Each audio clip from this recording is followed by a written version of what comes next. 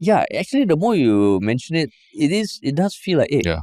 because you don't want this to be the norm also, right? Yeah. There's a fuck up, and then they sit down at the table on a Friday, apologize, and like, have a good weekend, guys. Peace. Then the PM goes on leave, and like, happy holidays. Happy holidays. Say sorry already. Or say sorry. This week, everyone who fucked up, say sorry. Yeah. Okay, good. Move on to the next week. That also shouldn't be the norm, lah. Before the next episode of the Yalabat podcast, here's a message from Folklory. Now, you and I are getting older. Everyone is, and we know that. But something harder to talk about is that at some point, your friends, family, parents will no longer be around. So if you could capture their stories and memories in a way that your whole family can remember for generations, would you? That's what we do at Folklory.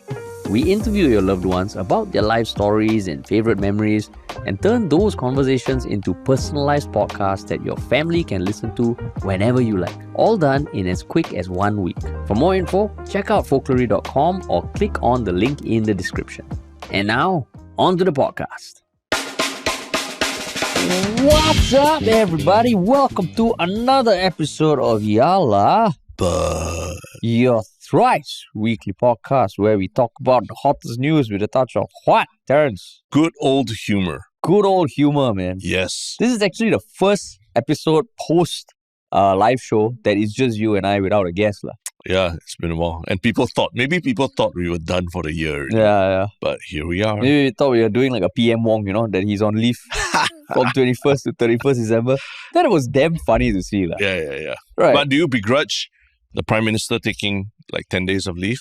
No, but it just feels, I don't know, maybe this is the Lawrence Wong era, lah. He's going to be like, yeah, I'm going on leave.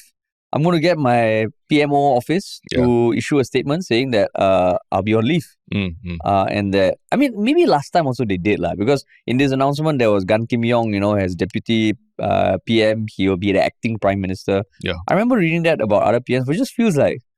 But you're the type that don't like colleagues and teammates to go on leave on. Okay? You Please, give them blackface kind of. Since when? Last time. Maybe last time. Maybe even last time. Come on, admit it, you were like that last time, right? No. In fact, you say, I give blackface. Terrence, I think you should start using a different phrase. Oh, okay. Okay? Yeah, you better watch your words, Terrence. Yeah, I don't think about colour. Yeah. I mean, okay, I will admit that maybe last time I was like, no, I just have to grind, Because there were a lot of people online who were saying, how can he like that, And then with like one of the things we're talking about later, right? Yeah. Through this saga also, he can just take leave and just keep quiet, all that. Angry. But I was like, but I mean, he's got a personal life. He's got guitars to play. He's got Taylor Swift songs to learn. I mean, he's taking leave. To Oasis also? Yeah, Oasis as well. And Roy Orbison, is it? Something. So he's a man with hobbies and a life, right? So he should be allowed to take some time off. And if your country stops running just because the PM takes like 10 days of leave, also something wrong, right? No, but maybe that's the new Lawrence Wong era, because we've always been brought up to think that, politicians are like gods. They gather once in a while, like Zeus and the other gods, Greek gods used to gather to decide the fate of lay people like us. Correct. And it's almost like they don't get sick. They don't get their children appear out of nowhere. Yeah. They don't get pregnant and all that. But yeah, I mean, it's true. He is a human, lah. Yeah. And he goes on leave. Yeah, and I think the US presidents, a lot of them, when they go on leave, there are a lot of cameras and the media follow them around as well. Like Trump, used to go on a lot of golf vacations. Yeah.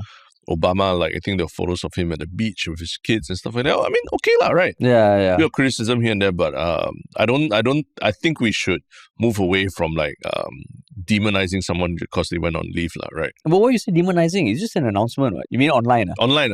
Yeah, some of the responses, Yeah. I see. Right. So maybe that's what I think you're right, lah. The Lawrence Wong era, right? Yeah, the Lawrence, right. New developments even in the topics we're talking about. I mean, they never give details on what he's doing for leave. Maybe in the spirit of transparency, next time he goes on leave, he'll be detailing his itinerary and shit like that, lah. I expect at least one TikTok video with a new guitar, guitar track, lah. Yeah. Like he does, one of those TikTok compilations where he plays a guitar in every country, then he does a supercut. Yeah. Maybe he'll play Apatu, lah, in different languages in different countries, right? Apatu. But I mean, that's not what we're actually talking about. But I mean, that said again, I honestly did not expect us to have more topics to talk about after episode 600 lah. I thought, the year would be okay. So people go on leave and shit like that lah. But I almost felt like last week, we needed to like record something, but we didn't have a chance to, right? Yeah. We had a couple of guests and all, but we didn't talk about current affairs lah. But yeah. I mean, it seems like the bad signal came out lah, and we had no choice lah, right? And if you're one of those listeners thinking, where the hell is our episode on this? Yeah, we wanted to, but we just really couldn't for a bunch of reasons. But we're here. We're here. Recording on 23rd December. The episode pre-Christmas. And then, just like Lawrence Wong, you're also going to be away. Yes. I'll be away between Christmas and New Year's. So, see, Terence, do I have blackface, Terence? No lah, here you act like very big, happy, big face, very happy face, all that. But later behind the scenes, there'll be a lot of Terence, you really before you go, make sure you do this, you should do that. Oh yeah, I just send you one more message at 11 p.m. on Saturday. Just no choice, I have to send you now. You don't give me the shit. So that you can see it on your flight or something. No, you don't give me the shit. I haven't sent that kind of message for a long time already. You mean weekend messages? Not often, it goes both ways, okay? No. The weekend messages confirm have. Maybe not to me, but to other people. So No, but it has gone down, okay? It has gone down a lot. Yeah. And you're not totally innocent also, okay? Depends. No, you also... You can pull out the receipts. You don't... You anyhow, you're also not totally innocent. But once in a while, yes, it's fine. Yeah. But once in a while, it's fine. Once in a while, okay. But don't worry, I'm very happy you're going on holiday. Okay. Yeah. Thank you. Thank you for not blowing your top. Yeah, I've grown as a person. But I mean, so I'll be away. But I think we'll see lah, right? If there's you might be taking a break as well. Might be. We might get a guest co-host in. See lah, at the rate things are going, the year's not slowing down. Yeah. We see. But I mean, if anything, we're not going away. This podcast is here to stay.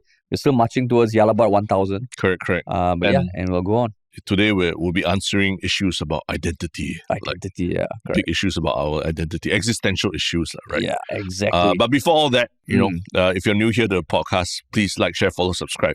Watch as much as you can the recent episodes with Yip Pin Siu and Adele Chan. That's right? Which were very interesting. But please.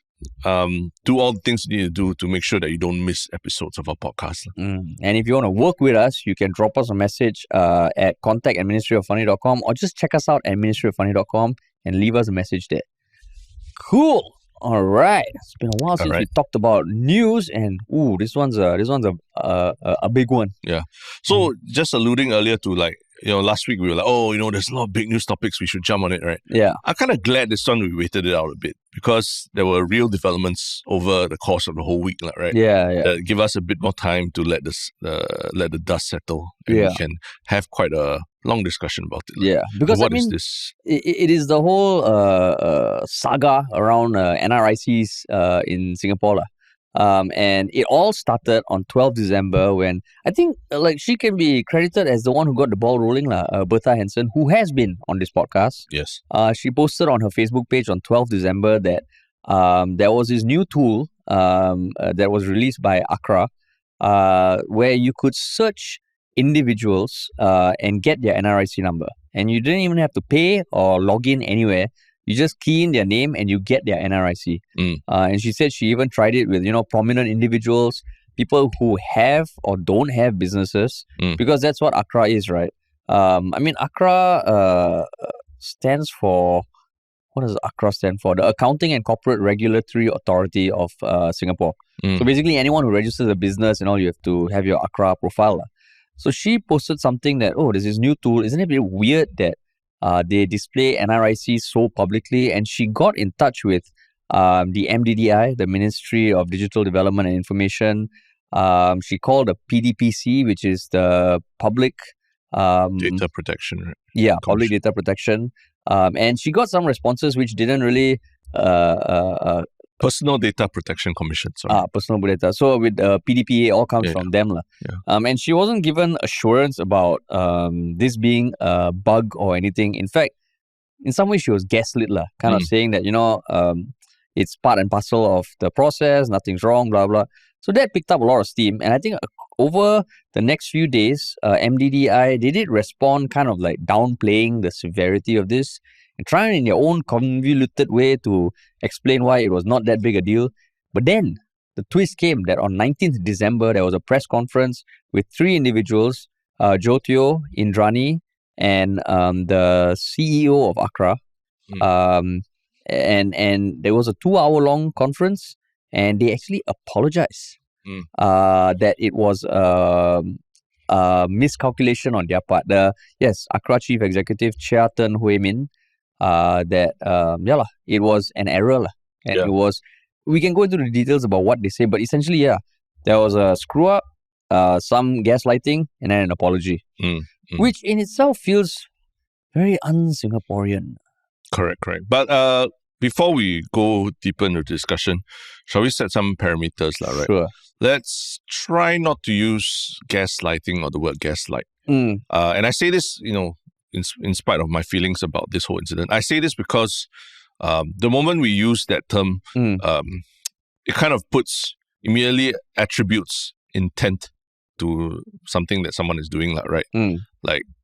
Like maybe a very bureaucratic answer, people turn around and say, oh, that's gaslighting. You're just trying to make me, doubt myself in order. But maybe it comes from a place of bureaucracy, or they don't know better or something like that, right? So let's, I'm just saying that let's avoid using the term gaslight to just really try and analyze what could be the actual intention of the responses, right? Because the moment you say gaslight, it sounds very quite biased in that way already. For a moment, I felt like I was in Parliament. All you were missing was like my esteemed co-host, Harish. I urged him to not use the term gaslight. I was like, oh shit, what's happening? Am I in Parliament? But okay. No, because I think when I've been talking to people about this issue, I've been also using that word gaslight a lot. And it kind of loses its effect, I feel, when everything is like gaslighting, and you can analyze to different levels of, which are people really trying to answer something, which are people trying to deflect something, which are people trying to gaslight. I think there's levels to this, right? Okay. Fair point. So how would you analyze this?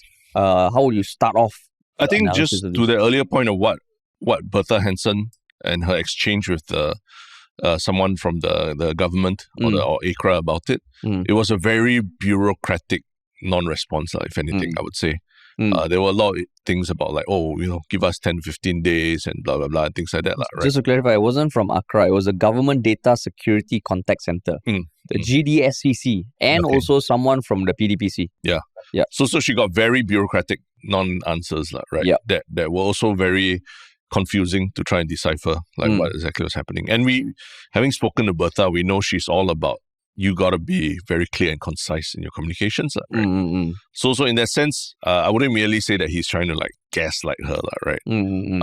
But we can talk about the other what happened down the line, right? Yeah. But have you been following this for the last 10 days or so? No, 9 days? To be honest, not as much as I would have liked. Okay. And I think it's, not to blame my child, but now begins. Hey, fuck you, To my child who might listen to this 10 years down the road, I meant it in jest. Okay, don't listen to Uncle Terrence here. But it's been hard to keep track like day to day. So I've been cramming it for this podcast. For you? I think the moment Bertha posted about it, I started on it. I was following it, right? And it just made me start thinking about what our relationship with our NRIC is and has evolved over the years. For you, what has your NRIC identity number meant to you over the years? Can I just say, whenever you say NRIC, right, part of me hears the first 3 letters only, NRI, then I was like, what are you going to say? Well, there's like 4D level of, I was like, oh shit, of racial lens. You're like Mahathir level of like I don't know, racial, man. I didn't even realize it until you kept saying NRIC. What do you think of the NRIC? What do you think? Whew, okay. You only, NRIC. Paraphrase Madonna, you only hear what you want to, your ears want to hear. So for those not clued in, NRI means non-resident Indian. Yeah. Basically an Indian citizen who doesn't stay in India. Okay. So yeah, going past that. What was your question? What do you feel about your relationship with your NRIC as a Singaporean born and bred lah? I have to emphasize born and bred. Born and bred, not NRI. Yeah. But there's nothing wrong with NRIs, there's nothing wrong. But relationship with NRIC, I feel that it is a part of me lah. That it is unique, it is only mine, and it's something that, it's just like how you would protect your name, make sure your identity is not scammed. Yeah. NRIC feels like to that level, of importance. For you? Yeah. For me, I think it was seared into my identity during army, right? Yeah, correct. A lot of times when you're about to do something really traumatic, like abseiling down, a side of a wall, or throwing grenade, or going down a helicopter, abseiling down a helicopter, that kind of thing, you'll be asked to shout your name, rank, name, and NRIC number. Oh, that's just true, before you go down. So it's almost like, I know a lot of people, when they're nervous, they forget or they get the numbers wrong and things like that, right? Yeah. So I mean, those 2.5 years of quite traumatic experiences, like it's kind of almost romantically enshrined with your identity, lah. Like you went through these traumatic experiences and you had to remember your NRIC at those exact points. That's true, lah. That's true. But yeah, so that's it. It meant that it was never this private thing, right? Yeah. It was something that you just shout out, Sergeant Terrorist Child, NRIC, blah, blah. You just shout it out to the world and you're forced to shout as loud as possible, right? So it never felt like something really private to me until maybe the last 5-6 years, right? When PDPA and all that was implemented, where it started to feel like something much more sensitive and even just, the old practice of when you visit an office or something, you exchange your NRIC or that. Even now, like giving someone your physical NRIC almost feels like, whoa, there's a bit too much information to give out there. So it has definitely evolved over time, but there is maybe similar to how we talk about NTUC income and all that. There's very visceral relationship between yourself and your NRIC as an identifier of who you are as well. Right? Yeah. And that might explain a lot of the emotions that people feel about this issue. But just now you're saying that because you shouted it out so much, you felt like it was public knowledge. For me, it's the opposite. No? Oh, is it? It's like only I can say it. Right? Is it? No one else can say it. Because you didn't do anything like really hardcore in army. I say it every day, okay? Every day. You say your pledge, your pledge. Every day. To the mirror, before I step out. You Harish Chalani. But it felt like it's one of those things that, yes, everyone says it, but only I can say it. Only you can say it. Only I can and will say my own NRIC. That's why it felt very personal. So I wouldn't say it's public only if I decide to share it. It shouldn't be for anyone else to say it. And actually, that's true, because the fact that at least for later years, right, your birth date, your birth year is your first 2 numbers, your NRIC. Immediately is a part of your identity already, right? Yeah, like, know people who tattoo their birth dates, their birth years. No idea, There are people who tattoo birth years and everything, or it's a very important part of their identity, right? The year that you're born. So the fact that your NRIC reflects your birth year is also a strong identifier of who you are. Oh, yeah, right? Yeah, true. Like your I mean, I know there's one thing, the fellow, you S84. Yeah, S8. First 3 digits I know already. We bros, sister, brother. When you go army, everything. Yeah, correct. So I felt it was very personal to me. Very personal, okay. Yeah. So what were the instances that people like needed your NRIC and all that you would give? You mean in army or? Anywhere in the last... Like signing contracts or like, acting gigs, where it's just me and them, or as a company when we need to sign stuff, or it always felt like blah, blah, blah. And then I see and then application forms and shit like that. But in recent years, it's come out as masked, right? Meaning that only the last 4 characters need to be in there, right? A lot of times. Actually, only when reading it, I was like, actually, I guess that's the case. No, correct. Yeah, more often than not, they ask for just the last 3. Yeah, because to me also it's like, like last time in the US and all that, as students, we could apply for social security numbers, right? Because you would need that for administrative purposes, right? And a lot of times you were told to keep your social security number secret. But the thing about social security number is that it does not reflect your birthday or your year of birth or anything. So it never felt really personal to you that way. Whereas in Singapore, our NRICs are quite feel quite personally enshrined with who you are. And the number is a running number based on your birth date, is it? The first two digits only. The first two digits. Birth year. Yeah. But then, like... After that, the numbers, I'm not very sure what exactly. I always thought that if you're born January, February, then it'll be like 0 or 1 or something. They're not fair, right? Then people like you, born earlier in the year, you get nice numbers. Or why is it nice? Like Earlier numbers. Earlier number doesn't mean nice, right? Yeah, but people always want to be first in everything, right? Hey, not everyone, not everyone. Okay, but the thing is, because mine, like the nature of it, and given I'm born in January, I thought it plays into it. Like you think about your birth date and your number. I can't find any relation. Oh, you can't find unless I have to cross-reference with someone who was born earlier in the year. Yeah, or like how many babies born in the exactly. year that you were born, and then you work backwards. I always thought there's some relation there. So it almost feels you can reverse engineer from it. Yeah. So there is something there that I feel in Singapore, the IC says more about a person than a social security number says about a person in the US. Oh, yeah, definitely. And I mean, over the years, I also have become quite respectful about asking for people's age as well, right? Because, sometimes some people don't like it when you ask them how old are you, how old you are, and things like that. That is quite can be construed as quite a private question. So the fact that NRIC is out there kind of reveals to the world what year you were born also, right? And also, I think, like, compared to the social security number in the US, where we as foreigners could apply for a social security number, if you have an NRIC number in Singapore, it means you're a citizen. Yeah. And like, I know some in my family who were not Singaporeans, they came and got citizenship. Their first two numbers doesn't start with a birth year. Then I'm like, oh, you're not true Singaporean. So in some sense, not only is it personal to you, it is a signal that you are Singaporean.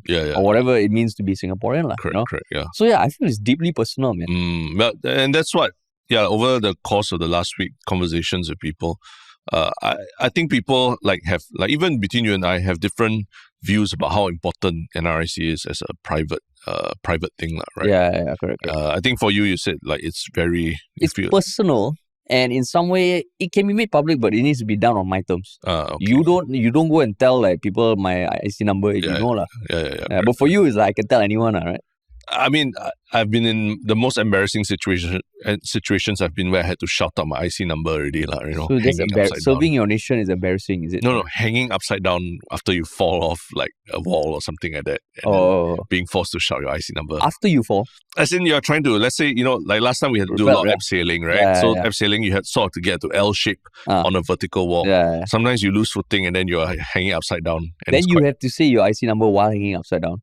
No, you have to say your IC number and then slowly let yourself down, right? Correct. So sometimes to kacau you, they'll make you, while hanging there also, while you're kanangkabo trying to get your bearings, then they'll make you shout all these things, right? Oh, I see. So that's what we do in the infantry.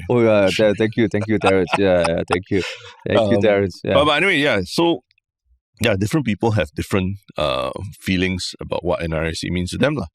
But there's been a lot of anger in the last few days about this issue as well.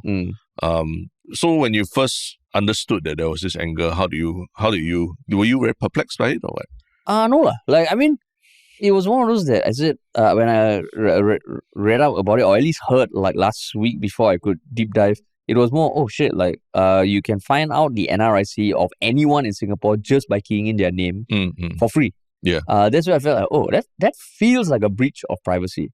But at the same time, it also felt like NRIC is so, like what you said, we have said it so many times before, it's not like your credit card number. Credit card number, you wouldn't even want to say it publicly. But NRIC, everyone, or at least many of the guys have had to say it publicly before. Is this really that big a deal? But I would still default to the fact that, to me, NRIC is a personal thing. So when it was being disclosed, I was like, that sounds like a screw up. Yeah. For me, it was, it did sound like a monumental screw up as well. But more because, the fact that the last 5 years, I think we've been trying to, or at least the government have been trying to educate people about the importance of keeping your data private, which I think is a great direction to go, right? I think in Singapore, we've tended to, not care so much about people's privacy. And even boils down to the habits of what you do at home, right? I was having all these debates with other parents about what kind of cameras that they use to monitor the baby at home and all that, and whether you use an internet camera or a Bluetooth camera and all. These are matters related to privacy. And I often tell people, oh, do you want like some stranger hacking into, look at your living room or your kid? Or talk to them. Yeah. Even if it's like they don't do anything, but they have the capability to do that, right? I realize some people are just like, whatever, doesn't matter, it's like we're already being surveilled all the time in Singapore. So what? I can't even walk around naked at my home. What's the big deal about privacy? Which I think is a very bad place to start when talking about this topic, right? So, yeah, I thought the last 5 years we made a lot of progress in terms of making people more aware of trying to keep their data private rather than just giving it out for some lucky draw coupon or some 5% discount at NTUC or things like that. And I mean, 5 years also, because literally from September 1st, 2019, it became illegal for non-public sector organizations to copy or hold your NRIC. Yeah. And there was this whole talk about how your NRIC is like almost sacred, Yeah. And that it was any organization that failed to abide by the new guidelines would have breached the PDPA. And the fine could be up to 1 million. Yeah. So like what you said, they were setting the groundwork for, okay, this sort of private stuff is private. You need to be aware of it, lah. Yeah. So like what stood out to you in the days right after this, before the apology? That there was the response from MDDI and ACRA and all that, I felt were very condescending, lah. So I'm not using the word gaslighting, lah, right? But I felt it was very condescending because it was like there was a screw up in communications between agencies, but you shouldn't even be worried about this in the first place, lah, because we were already going to change the rules anyway. That was the tone it really sounded like during that period, which I thought was really condescending and really like just making people have a lot of self-doubt about what they've been practicing for the last 5 years, quite religiously. And I really didn't like it. I thought it was really out of line. And the crux of what they were saying at that point, like they said it was like immaterial, the concern, because I know they had some plans to phase out even masked NRICs, right? But the crux of why they said it was not to be worried is partly also because they said that it's like your name, right? That's what Joseph said, identifier. Right? Yeah, it's like your name, which is supposedly unique to you. This is also like your name, so you shouldn't have to worry. It is part of who you are. Yeah. Right. So that's why when the apology came, it did feel like, oh shit. Like we have seen this happen quite a few times. Of course, the more recent case, the NTUC Income Alliance thing, where their response initially sounds a bit condescending. But even in that instance, it ended up being blocked, which was a surprise. In this instance, it felt like it was going down a familiar path, and then suddenly, boom, apology. Yeah. And how do you feel when you heard the apology and everything? I was like, wow. And it's not just one person. It's not just two. Yeah. It's three. Yeah. And in Harish's a dream world, it was 3 women apologizing to him at the same time. That made Harish super. That made his day. He made his year. No, I'm laughing because that is a funny joke, but I scoff at your painting of me as a chauvinist. That had nothing to do. I didn't even notice at the start it was 3 women. I was like, oh, here are 3, high power individuals, Terrence. Oh, yes. High power individuals. It's mainly because for 2 of them at least, Indrani and Jyotio, they are often the ones demanding apologies from people in parliament. Indrani specifically, from Young Man Wai specifically. Because she's the what position? She's the leader of the house. Oh yes. So she maintains parliamentary discipline and proceedings. Right? Even for the whole Raisa Khan saga. That's right. She admonished Raisa. And she is articulate, and sometimes you can disagree with her, but the way she paints her case, kudos to her. So in this instance where she was apologizing, Jyotio, remember during COVID, she was very infamous for saying that no one has asked for an apology when it came to the the dormitory, COVID in the workers' dormitories, right? Yeah. And when responding to questions about the government response to it and all that, she said no one has asked for an apology, and that was quite widely ridiculed in the online sphere as well. Yeah. But even after listening to that, right, the one thing she said about how so the crux of what they said was the cause of it, and correct me if I'm wrong, was that first of all, there was a circular put out by the government about the phasing out of masked NRICs, which just means that part of it is masked, which was wrongly interpreted by the staff at Accra. And they acknowledged that phasing out masked NRICs doesn't necessarily mean that fully unmasked NRICs is fine. That you give it out for free. They give it out for free. But that seems to be the misinterpretation that the staff of Accra in charge of that website ran with. They're like, don't need phased a masked NRIC means that, NRIC is free for all. Correct. Yeah. That's the crux of what they were saying, right? Yeah. And I think I saw online a lot of discussions with that. It's very important to differentiate between security and privacy, right? Because what they're saying is that NRIC is not something you can use for security, because ultimately it's just an identifier. So NRIC will not keep you safe or secure from any kind of like frauds or schemes and things like that. But privacy of your information, all that is a whole complete issue, right? Like you have data on you that is not like secure or can fully pass any security checks and things like that. But you still want to keep privacy of your information in general, right? And those things can be true at the same time. That something is not safe or secure for, as a password or anything, but also doesn't mean that you don't care about the privacy of that thing, right? And this is where I think a lot of people have been getting quite pissed off about this whole thing, because I do understand the Ministry of MDDI's rationale for why NRIC is not secure anymore. Our earlier discussion talked about how all these years we grew up, NRIC was never really that secure in the first place.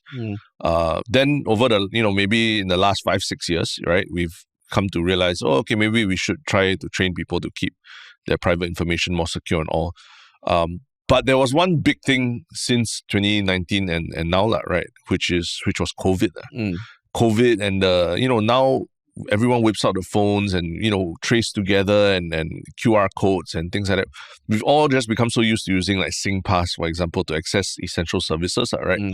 So technology has also like leapt forward by leaps and bounds in the public sphere as well. So it's true that NRICs are no longer really secure or a very good way to keep your information secure anymore, right? Because technology is so powerful now. And maybe that's what they're just saying, is that there isn't really a big point to masking everything and being so secretive about it anymore. As in, you're saying that was the reason why they are phasing out masked NRICs? That's what I have rationalized as. That's why, they also don't really want to bother that much about masking NRICs fully. The what I took away was that the masked NRICs gives you a false sense of security because it is not as secure as it sounds. In the sense that even if it's masked, the last 4 digits show it's not crazy amounts to figure out reverse the first engineer. few. Because like let's say NRIC is 8, right? Yes. So the last I thought you were counting your fingers there. Like Harish, for that silence, Harish was actually just literally counting his fingers in front of me. I was like, hey, how many digits is the NRIC here? It's 8, right? Yes. So if the last 4 are unmasked, that means we have 4 more to figure out. Like if you know someone's birth year and they're born in Singapore, you're already 2 out of 4, right? Which means that the first also you can figure out. So that means there's just like a much smaller number to just to find the different permutations of. So I think that was what I took away. They're phasing it away because it gives a false sense of security. Because the NRIC in some way, it is still your unique identifier, which can be used in scams. Because I think the default user ID for your SingPass is your NRIC, unless you change it. So I know certain older individuals, their default is their NRIC. So it does feel like that there is some weight to it. So I was really confused, like, hey, but you're phasing out unmasked NRICs because it gives a false sense of security. That's where I feel like I still don't fully understand that. I think, I agree with you. And I think what I'm just saying is that I think that realization that that it's so easy to sort of unmask your or reverse engineer your NRIC, that there's really no point to trying to keep it like this safe, secure thing that, that only you must know and you can't let it out anymore. And I think because the technology we carry around with us in our mobile phones and all that, make it, there are other ways to keep your information more secure, better ways to actually, whether it's biometrics or what, to keep your information more secure or to identify who you actually are as a person. The NRIC should not be used by any organizations, whether public or private, to verify someone's, identity at all. Verify someone's true identity, what I'm saying. In that, it's like your name, right? You go around, you will put your full name down when they ask you to put your full name down. And that's what they're saying, that NRIC should also be that way, that if you're asked to put full NRIC, it should be okay to just write it down. But also that it shouldn't be used as the sole determiner of whether this identity is real. Yeah, correct. Because it's easy to get. Yeah, correct. But I mean, there was another thing that was, I think, a bit of a discrepancy, that when Bertha Hansen tried it out, it could be used for anyone, even if they don't own a business. Yeah. But then in the press conference, apparently, Chia Ten, who is the chief executive of Accra, said that only company and directors and shareholders are involved. Indrani said it's limited to people who have made a filing with Accra to become a company director or already are a company director. But it's not clear then why was the whole database accessible? Because now I think what they're saying is, if you want to pay like $33 for a business where you know the business owner and get their info, it's possible. Yeah. But it felt like that means they are, at one point they were accessing the whole public database. So then it begs the question of, okay, if you're talking about in some way also, not to say they threw the staff of Accra under the bus, because the chief executive also did apologize. Yeah. But it just feels like an organization that, is the organization that every business has to go through, for them as a collective to so easily misinterpret it and realize, oh, okay, unmasked, that means we just let the NRCs publicly for free for everyone. Yeah. It felt like, what went wrong there? Because, to build a website, to access the database, to have a search query, and it requires many steps. Yeah. So again, it's the bureaucracy. That kind of failed it. Yeah. And a very common theme of what we're talking about these days is how, these agencies and the ministries, they seem a bit siloed, right? They're not communicating properly or fully with each other. And and this gaffe, I think, is the latest example, which, like you, I was quite shocked by the 3-person apology that they did, because, I thought we never see such a, so much contrition in our lifetime, right? We're so used to there not being like an outright apology for these things. But when that news came out about apology, I felt like, okay, there seems to be an inkling that, this is not something you just sweep under the carpet and you need to properly take responsibility for it. But that's been the case of many things in the past, right? Like what?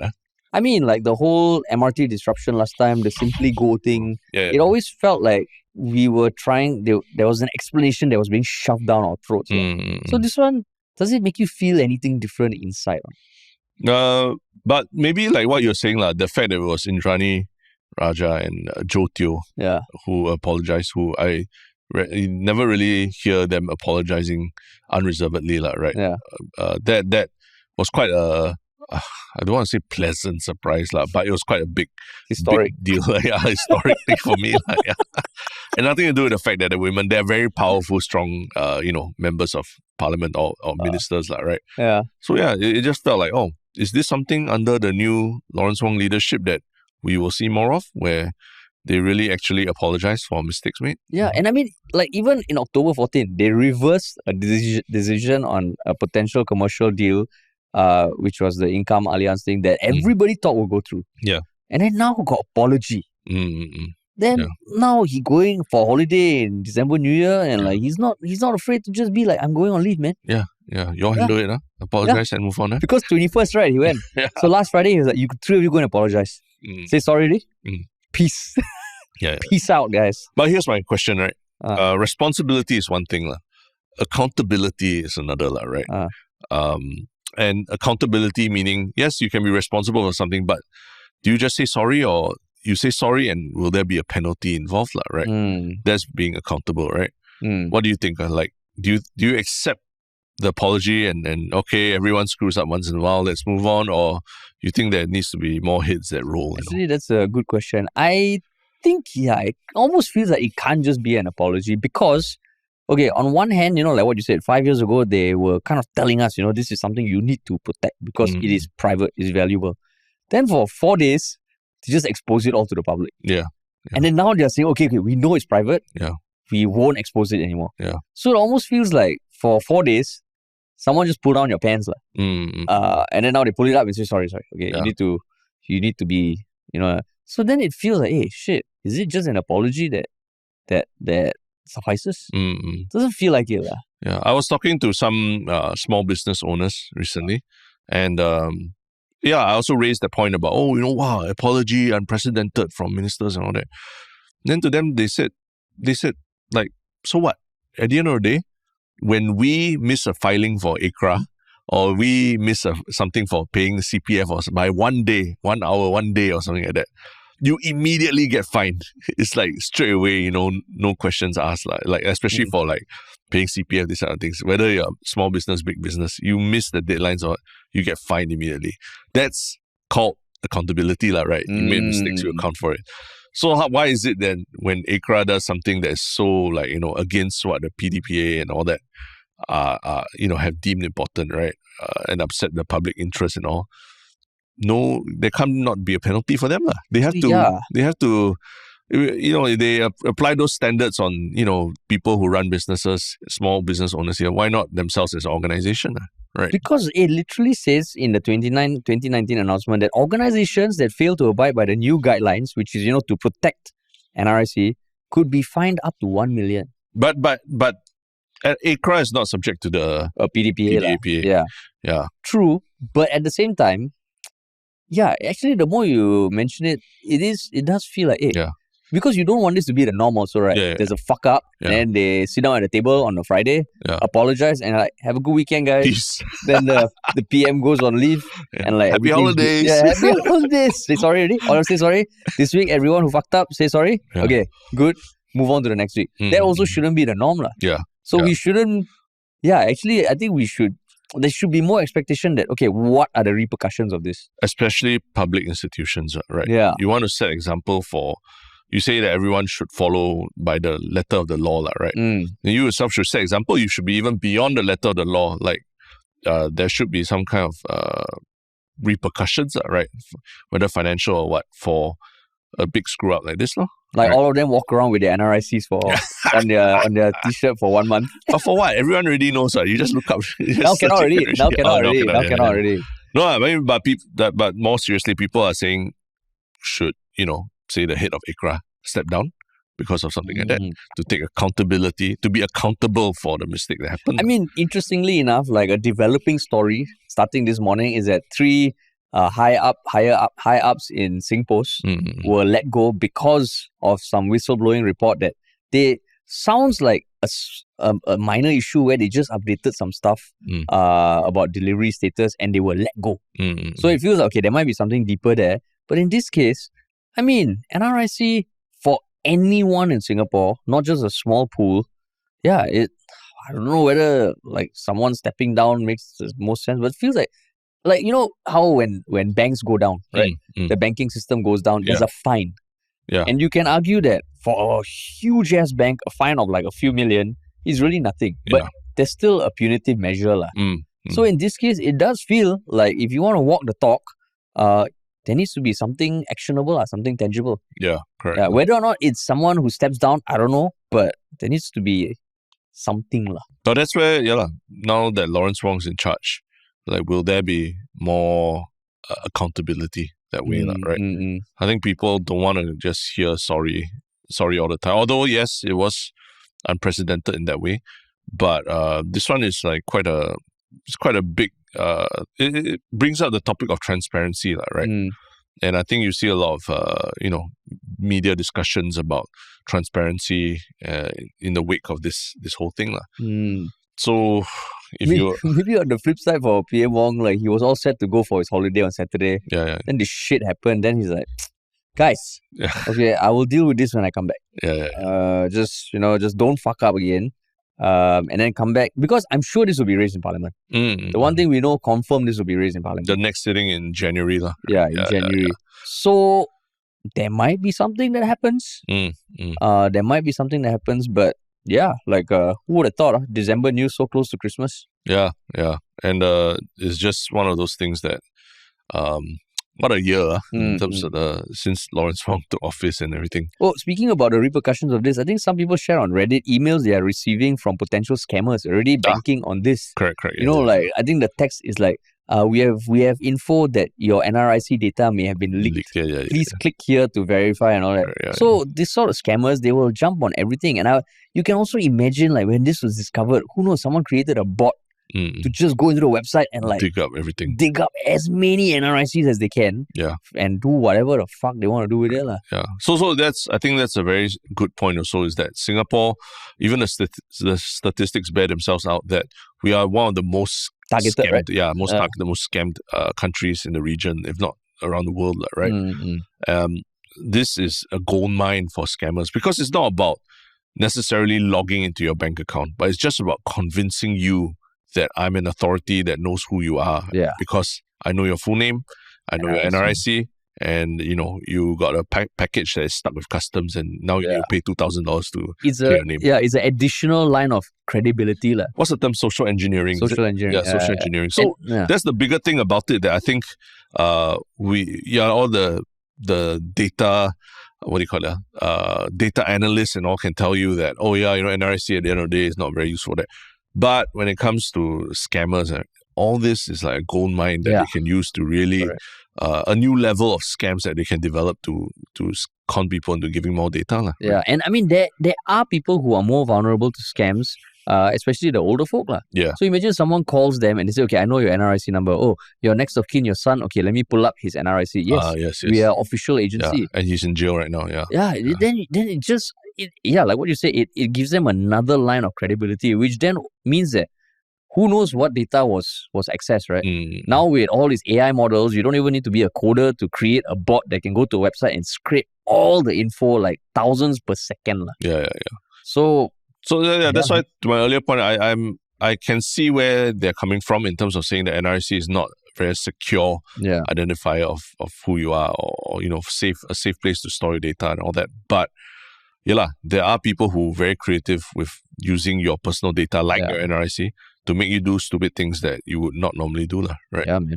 And that's the part when they say, "Oh, we need to educate people." Yeah, basically they are unwinding 5 to 6 years of public education campaigns that have been going on, because of this one debacle, right? Yeah, and it doesn't happen overnight. It takes, like, if not weeks, months, if not years, right, to get people to change mindsets about this. Yeah, man. Yeah. Damn. So hopefully there's this case doesn't end there. Yeah. But yes. But yeah. So but speaking of slightly, people using words or things to mislead you. This next news article, a bit misleading in the title, right? I would say the words used a bit misleading, and it's not exactly what it is, but I think it's still worth discussing. What is this news story? So the title of this article, right? Like, for real, I'm reading it word for word. Gain City named most influential company in Asia, absorbing GST for some items till December 29. Yeah. Then I was thinking, what? What? Gain City is the most influential company in Asia. Yeah. I almost bought my recent washing machine from Gain City, but in the end I didn't. Okay. I was like, fuck, I could have bought it from the most influential company in Asia, but I didn't. Then I was like, how are they the most influential company? Yeah. But basically it was named Asia's most influential company at the Asia Corporate Excellence and Sustainability Awards 2024.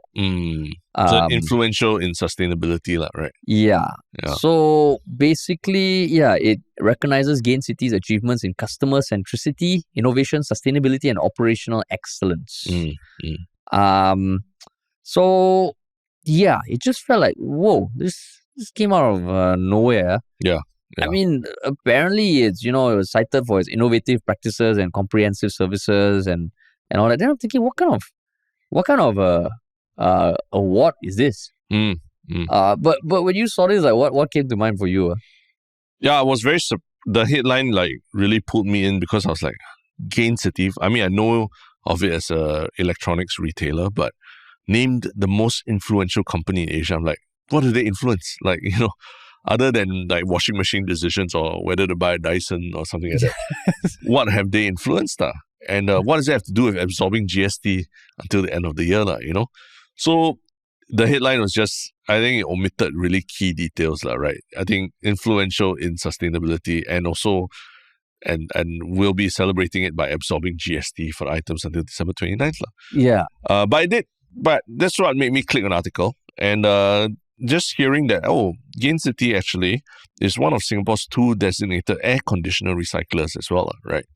So I think I did not know that there were organizations that recycle air conditioners that way. So I thought, okay, maybe there's some real street cred in terms of this award, sustainability award. I mean, when I saw this, I was like, shit, this is one of those awards where maybe you pay to win an award or something. Because while you were away, our stand-in co-host, Jackie, he came in and he said just that weekend he went to KL because he received an award for best stand-up comic in Southeast Asia. I heard, something. So then even he was like, what award ceremony is this? So this one, I'm like, oh shit, because it also mentioned that other Singapore companies that had been named most influential in previous editions, security solutions provider Atos Holdings in 2022, and the engineering company Meinhardt Group International in 2018. I have heard of the first, I haven't heard of the second. Then I'm like, I don't know, this kind of award ceremonies just feel like it's a navel-gazing self-congratulatory thing. And maybe ultimately, I don't know whether it was I don't think it was, but maybe a slow news week in outside of this NRIC thing. Yeah. Where, I mean, honestly, it reads more like a press release than a news article. And this thing. That brings it back to Straits Times. Yeah. Like, why are you titling an article like this? I mean, when I saw the title, I thought it would be one of those more tabloidy news publications. But you click on it, it goes to Straits Times, then it becomes like, hey, hello, Straits Times. What kind of title is this? Yeah. Because it totally, it's clickbait. It's clickbait. That's right. And it almost feels like you are doing a paid advertorial for Gain City. Yeah. Right. Yeah, we don't know. Yeah. Yeah, because it says it's celebrating the win with its customers by absorbing the 9% goods and services tax on selected items, excluding Apple products from 3rd December to 29. Customers can view the full list of applicable products on its website. Yeah. That's like a literal call to action that we ourselves put in our episode descriptions when we have a paid sponsor. Yeah. So then it feels like, what is this? Is this sponsored? Is this sponsored content? Maybe, yeah. Maybe hello, Straits Times? Maybe that Bertha Hansen needs to sort of examine this. Maybe they were like, okay, Bertha Hansen is on our case for NRIC. Straits Times, write a dumbass title because she will get on your ass for that. Yeah. This is distracted. She'll ignore this. Maybe. Maybe we'll forward this to Bertha and see what she thinks about this. Right? Merry Christmas, Bertha. Merry Christmas. Go have fun with this. Terrible title. Terrible title. Yeah, man. But yes, that's the goofier topic of the day. Yes. Quite a busy news week and all. Yeah. But down to the regular. I mean, this might be the last one Shiok comment of the year. Right? Where both of us are on the podcast. Both of us are on the podcast. I mean, but even with guests, we don't do one Shiok comments. Oh, that's true. Right. So it will be the last one of the year, right?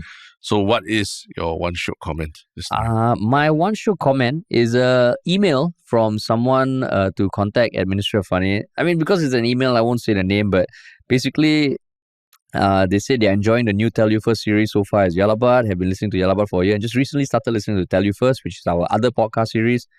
They gave feedback on the episode in response to what we mentioned about the lack of sources on the Teenage Suicide Pact episode, which is an episode that we released quite a while ago.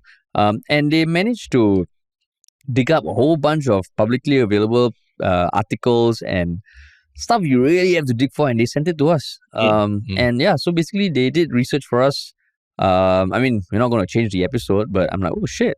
you heard it on the episode and you tried to help out, and shout out to you, man. You know who you are. Yeah. But basically, like they started listening and they were engaged enough that they felt they wanted to pay it forward and help us out. Yeah. So thank you for that. Nice. Yeah. What about you, man? Mine is on Reddit, the latest, the last episode with Yip Pin Siu. A couple of comments have come in where people like Pencil Breads are saying, great episode. She's a very likable character.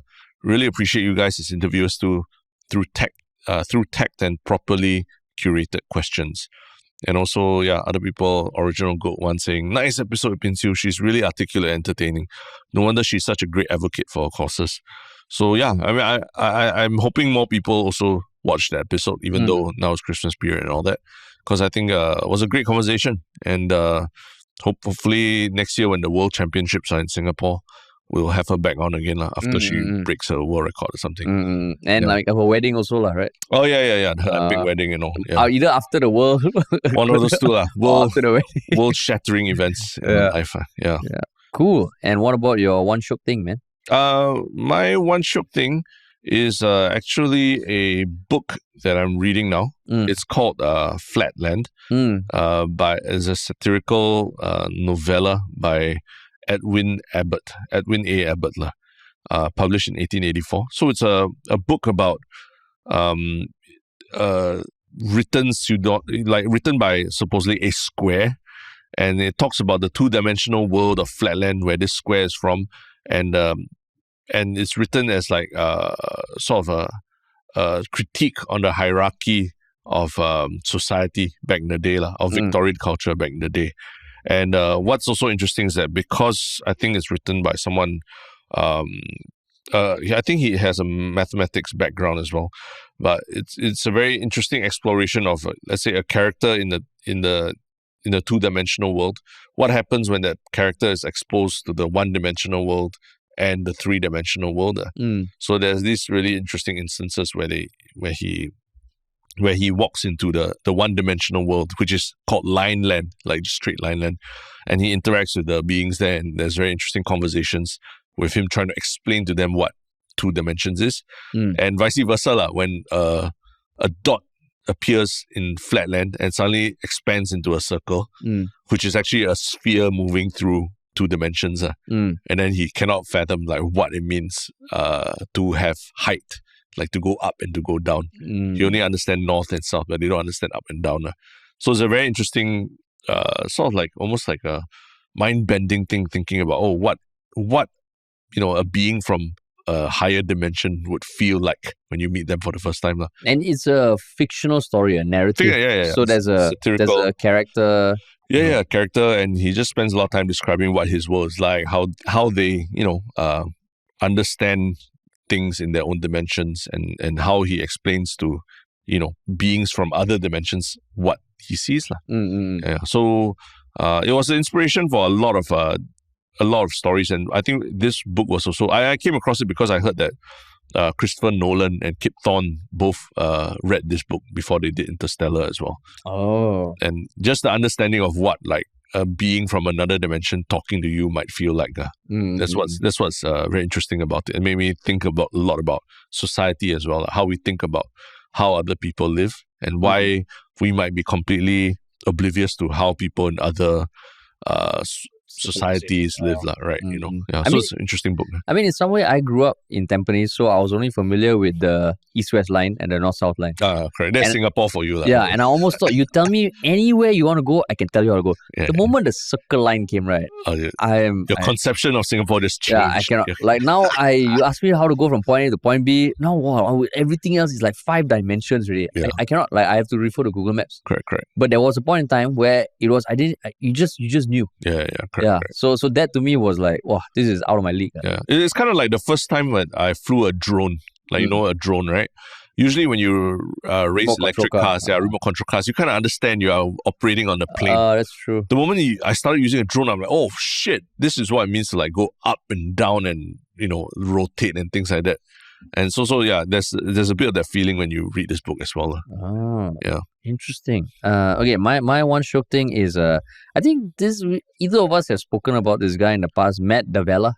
The filmmaker turned YouTuber. He did a documentary on Netflix for minimalism, and he started a YouTube channel. Yeah. And quite a big following. I think 3.9 million followers. So he uploaded a video a few days ago called Why I Disappeared, because I think the past few months he actually stopped uploading. Yes. And he was very frank, opening up about how he got burnt out from having expanded his YouTube thing into a full team of like 10 people and then letting all of them go because he just felt like he lost all passion. He became a dad the past 10 months ago, and he was very open about how hard it has been. Sure. But then now he's back, and he's going to be releasing more videos, and he launched a new podcast called 3 Rules, where he just sits down with a guest for like 15 minutes and asks them 3 rules for life. And he's always been a YouTuber who, his cinematography is damn good, and he's also very honest and just good content. So it felt like, nice that he's back, because he still retains the ethos of what a YouTuber is for me, as opposed to like Mr. Beast. He just released the Beast games. Yeah. It's nuts, no? You watched it already? I saw like the first one. It's got like how many? 2,000 people or something, right? 1,000 people, and like the number. I thought it's 2,000. Or 2,000 people. Yeah. Like they spent 14 million to build a small city. Yeah. All his videos are getting more than 100 million views each, and he's like, wow, this is what is going on, man? So this guy is like the total opposite, Yeah. So nice to see him back, Nice. Yeah. Cool, man. All right. So this might be the last one for the year. It could be. It could be. So happy holidays to everyone who listened. It's been a crazy, crazy December. But enjoyed every step of the way. It's been a crazy year, to be honest. It has. Right? Yes. Like, it's something we spoke about on the 600th episode, but this year has been huge for Yalabat, and hopefully 2025 takes it even to another level. Yeah. Right. Going from 3D Yalabat to 4D. 4D. Yeah. 4D. Exactly. But yeah. This year, 3 ministers or 3 people apologize. Next year, I don't know what. 4. A matrix of 3 by 3 sitting in those celebrity squares thing. All apologizing. 9. 9. But yeah, thanks so much for listening, everybody. Yeah. Not just for this episode, but for every episode. Remember to follow us on social media. Leave a comment on Reddit or YouTube or TikTok or Instagram, and leave a rating on Spotify. And if you want to work with us, go to ministryoфfunny.com or email us at contact@ministryoffunny.com. Sweet. Yeah. Thanks for listening, everybody. Happy Christmas, Happy New Year, and anything else? Have a wonderful holiday. Yep.